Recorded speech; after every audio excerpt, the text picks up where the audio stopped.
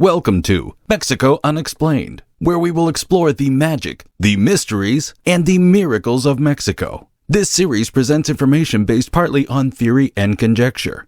The podcaster's purpose is to suggest some possible explanation, but not necessarily the only ones to the subjects we will examine. Here is your host, Robert Bitto. Welcome and muy bienvenidos to episode number 432 of Mexico Unexplained, where we examine the magic, the mysteries, and the miracles of Mexico. I'm your host, Robert Bitto. Cuauhtémoc, whose name in Nahuatl translates to descending eagle, stands as one of the most enduring figures in Mexican history. Born around 1495 to 1500 in the heart of the Aztec Empire at Tenochtitlan, he ascended to the throne as the 11th and final Tlatoani, or ruler, of the empire in 1520.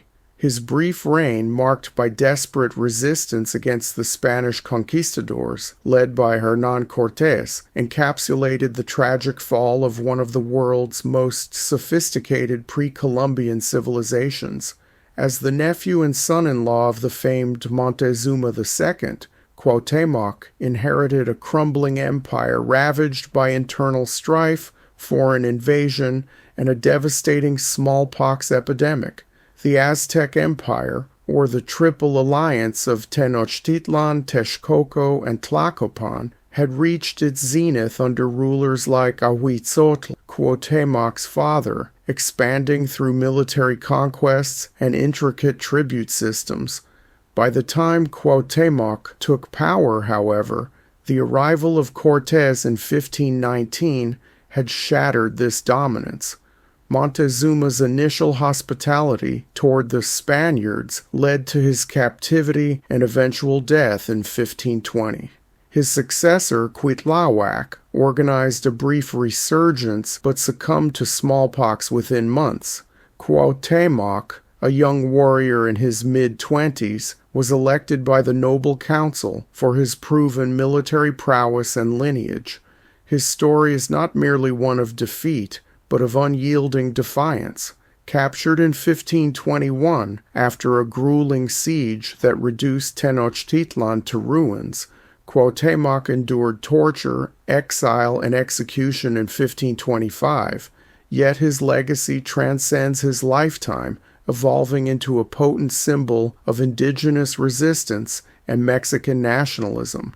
In modern Mexico, Cuauhtémoc is commemorated through monuments, currency, and cultural icons representing the indomitable spirit of the indigenous against colonial oppression. This episode of Mexico Unexplained delves into his life, reign, and enduring impact, drawing from historical accounts like those of Bernal Diaz del Castillo and contemporary scholarship. Historians debate the exact details of his biography due to the scarcity of pre-conquest records. Much of Aztec history was oral or recorded in codices destroyed by the Spanish.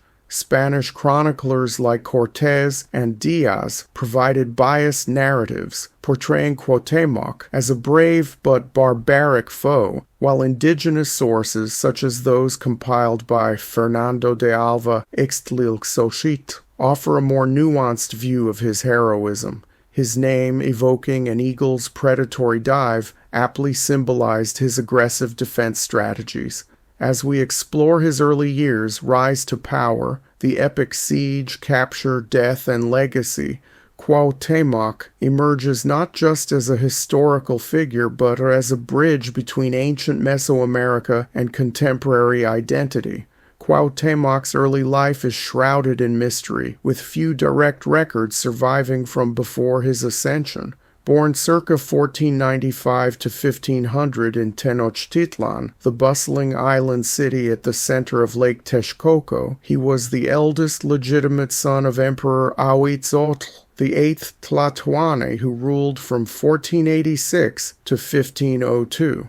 Ahuitzotl was renowned for his military expansions, conquering vast territories and overseeing the grand dedication of the Templo Mayor in 1487, where thousands were sacrificed to appease the gods. Cuauhtémoc's mother is believed to have been Princess Izelcoatzin, possibly from Tlatelolco, a neighboring Altepetl or city-state that was integrated into the empire. This noble lineage positioned him within the Pipiltine class, the Aztec aristocracy destined for leadership roles. As a child of the elite, Cuauhtémoc would have been educated in the Calmecac, a rigorous school for noble boys attached to temples. Here, young Aztecs learned astronomy, rhetoric, warfare, and religious rituals under priestly supervision. Discipline was harsh, emphasizing fasting, self-sacrifice, like bloodletting with maguey thorns, and moral codes tied to the gods, particularly Huitzilopochtli, the patron deity of the empire. By adolescence, Cuauhtémoc transitioned to military training, essential for any aspiring leader. Aztec society valorized warriors. Capturing enemies for sacrifice was a path to social advancement. Historical inferences suggest he excelled, as by 1515, at around age 20, he was appointed Cuauhtémoc, or Eagle Ruler of Tlatelolco, a prestigious title requiring proven battlefield captures. This role in Tlatelolco, once a rival to Tenochtitlan but subdued in 1473, involved governing and military command. It was during this period that Cuauhtémoc married a princess later baptized as Isabel Montezuma, daughter of Montezuma II, strengthening his ties to the imperial family. The marriage was politically strategic, blending lineages and solidifying alliances within the Triple Alliance. He may have participated in key ceremonies such as the New Fire ritual in 1507, which renewed the 52-year calendar cycle and averted cosmic catastrophe. Life in Tenochtitlan was vibrant. Canals teemed with canoes, markets bustled with goods from cacao to feathers, and the city's pyramids loomed as symbols of divine favor. Yet omens foreshadowed turmoil. Aztec lore spoke of prophecies, comets, temple fires, and Montezuma's visions of bearded strangers from the east. Cuauhtémoc, as a young noble, likely witnessed the empire's peak under Montezuma II, who expanded tribute networks but faced rebellions from subjugated peoples. The arrival of Cortés in 1519 disrupted this world. Initially, Cuauhtémoc's role was peripheral. He served as a military advisor, but the massacre at the Toxcatl festival in 1520, where Spaniards slaughtered unarmed nobles, thrust him into the fray. This event, amid Montezuma's captivity, ignited the Noche Triste, where Aztecs routed the invaders, drowning many in the lake under loads of looted gold. Cuauhtémoc's early experiences forged a resolute character. Unlike Montezuma's hesitancy, he embodied the warrior ethos, prepared to fight to the death. Sources like Diaz del Castillo describe him as tall, fair-skinned, and with a commanding presence. His upbringing in a society where human sacrifice maintained cosmic balance may have instilled a fatalistic determination, viewing defeat as part of the god's will, yet demanding heroic resistance. Cuauhtémoc's rise to Tlatoani occurred amid catastrophe. Following Montezuma's death in June 1520, likely from wounds inflicted by his own people during a failed appeasement speech, Cuitláhuac, Montezuma's brother, was elected ruler. Cuitláhuac swiftly organized the expulsion of the Spaniards on the Noche Triste, June 30th, 1520, where Cortés lost half his force. However, victory was Pyrrhic. Smallpox ravaged the city, killing Cuitláhuac after just 80 days in power. In this vacuum, the noble council convened to select a new Tlatoani. Traditional Aztec succession wasn't strictly hereditary but elective among high-born males with military merit. Cuauhtémoc, as Montezuma's nephew and a proven commander, emerged as the consensus choice. At approximately 25 years old, he was young but experienced, having led forces in Tlatelolco. His coronation on January 25, 1521, was subdued, overshadowed by the siege preparations. The empire was fracturing. Allied city-states like Tlaxcala defected to Cortés, enticed by promises of autonomy and revenge against Aztec dominance. Upon ascending, Cuauhtémoc faced immediate challenges. Tenochtitlan, with its 200,000 to 300,000 inhabitants, was isolated, its causeways cut by the Spanish. He rallied the remaining captains, fortifying the city with barricades and stockpiling food. Women and children joined the defense, hurling stones from rooftops. Cuauhtémoc appealed to countryside allies for reinforcements, but responses were tepid. Only Tlatelolco remained staunchly loyal. The smallpox epidemic had decimated the population, weakening morale and manpower. His leadership style was decisive and inspirational. Unlike Montezuma's diplomacy, Cuauhtémoc pursued total war, executing spies and motivating warriors with speeches invoking ancestral glory. He reorganized the military, emphasizing guerrilla tactics on the lake and urban combat. Yet, the technological disparity, Spanish cannons, crossbows, and horses versus Aztec obsidian-edged clubs and spear throwers, proved insurmountable. Cortés, reinforced by fresh troops and thousands of indigenous auxiliaries, encircled the city by May 1521. Cuauhtémoc's ascension marked the empire's final stand. He symbolized continuity, invoking the gods for victory while pragmatically adapting to siege warfare. Historical accounts praise his valor. Even Cortés admired his tenacity in letters to King Charles V. This period solidified Cuauhtémoc's image as a tragic hero, fighting not just for power, but for cultural survival. The siege of Tenochtitlan, lasting from May to August 1521, was one of history's most brutal urban conflicts. Cuauhtémoc orchestrated a masterful defense, transforming the city into a fortress. With causeways severed, supplies came via canoe under cover of night. He divided the city into districts, each under a captain, coordinating attacks on Spanish positions. Early successes included ambushing Spanish ships on the lake and capturing soldiers for sacrifice atop the Templo Mayor, boosting morale. The Spanish strategy was attrition, blockading food, demolishing buildings with artillery, and advancing street by street. Cortés's allies, numbering over 100,000, filled canals with rubble to enable cavalry charges. Famine gripped the city. Residents resorted to eating lizards, bark, and even adobe. Smallpox continued its toll, bodies piling in streets. Cuauhtémoc, undeterred, led sorties personally, wielding his obsidian blade club in fierce melees. One notable battle saw Aztecs nearly capture Cortés, only thwarted by his guards. As weeks dragged, desperation mounted. Women fought alongside men using slings and clubs. Cuauhtémoc executed deserters to maintain discipline. By July, Tlatelolco became the last redoubt, with survivors fleeing there.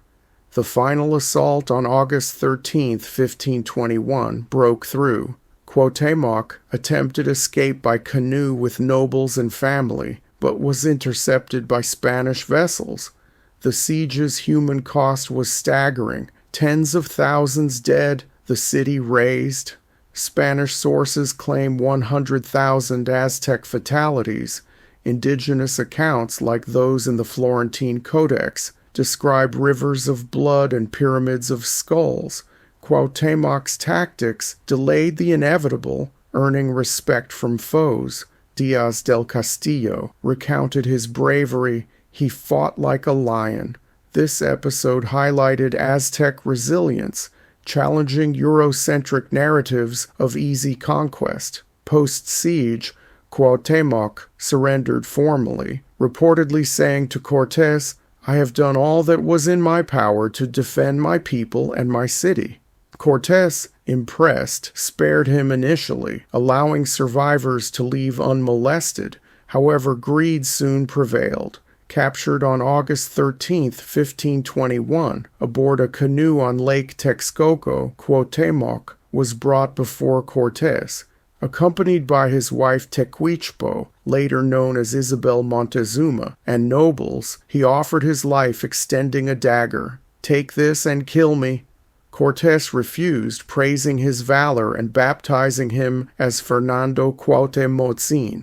He retained nominal Tlatoani status under Spanish oversight, aiding in reconstruction. Disappointment over meager loot led to torture. On Cortés's orders, Cuauhtémoc and the ruler of Tlacopan, named Tetlepanquetzal, had their feet oiled and burned over coals to reveal hidden gold. Cuauhtémoc endured stoically. When Tetlepanquetzal begged for death, he retorted, "Do you think I am in a bed of roses?" Little treasure was found, but the episode, immortalized in paintings like Leandro Izaguirre's The Torture of Cuauhtémoc, underscored Spanish brutality. Imprisoned but treated with some respect, Cuauhtémoc navigated colonial rule, advising on governance.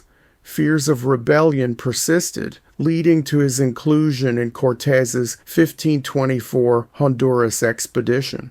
In 1524, Cortés embarked for Honduras to quell a mutiny by Cristobal de Olid, taking Cuauhtémoc to prevent uprising in Mexico.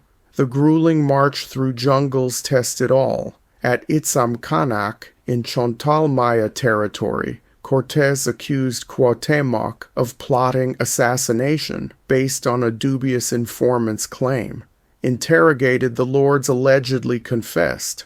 On February 28, 1525, Cuauhtémoc was hanged from a ceiba tree, aged about 28. Accounts vary. Cortés justified it as necessary. Díaz del Castillo called it unjust, recounting Cuauhtémoc's final words, "You kill me unjustly. May God demand justice." Ixtlil Xochitl suggested it stemmed from a misunderstood joke. The execution silenced potential resistance, but haunted Cortés, who reportedly suffered guilt-induced insomnia. Cuauhtémoc's legacy as the last independent Aztec ruler embodies indigenous perseverance. In post-independence Mexico, he became a nationalist icon, contrasting with Montezuma's perceived weakness. The 1887 monument on Paseo de la Reforma, with its torture bas-relief, symbolizes resistance. His image has graced coins, banknotes, and stamps. Places like Cuauhtémoc Borough in Mexico City bear his name. Cultural depictions abound in literature, art, and media, in video games like Age of Empires. Music such as Rage Against the Machine's lyrics invokes his spirit. The 1949 discovery of alleged bones in Ixcoteapan sparked debate. Though debunked by the National Institute of Anthropology and History as a hoax, it fueled indigenous sentiments. Today, Cuauhtémoc inspires discussions on colonialism's scars, with statues worldwide and namesakes like footballer Cuauhtémoc Blanco. His story reminds us of lost worlds and enduring defiance. Thank you once again for listening to another episode of Mexico Unexplained. Remember to like and subscribe to us on YouTube and follow us on X and TikTok. Tell your friends by sharing these shows with others. Please go to our website, MexicoUnexplained.com, for references, illustrations, and for free access to transcripts of past shows. Please visit Amazon.com to purchase the books Mexico Unexplained, Mexican Monsters, and Mexican Miracles to get hard copies of the magic, the mysteries, and the miracles of Mexico. We appreciate your kind attention once again. Until next time, thank you and gracias. Thank you for listening to another episode of Mexico Unexplained with host Robert Bitto. For show summary, relevant links and commentary, please check out our website at mexicounexplained.com. Like us on Facebook and be a part of the conversation. Adios and hasta la vista.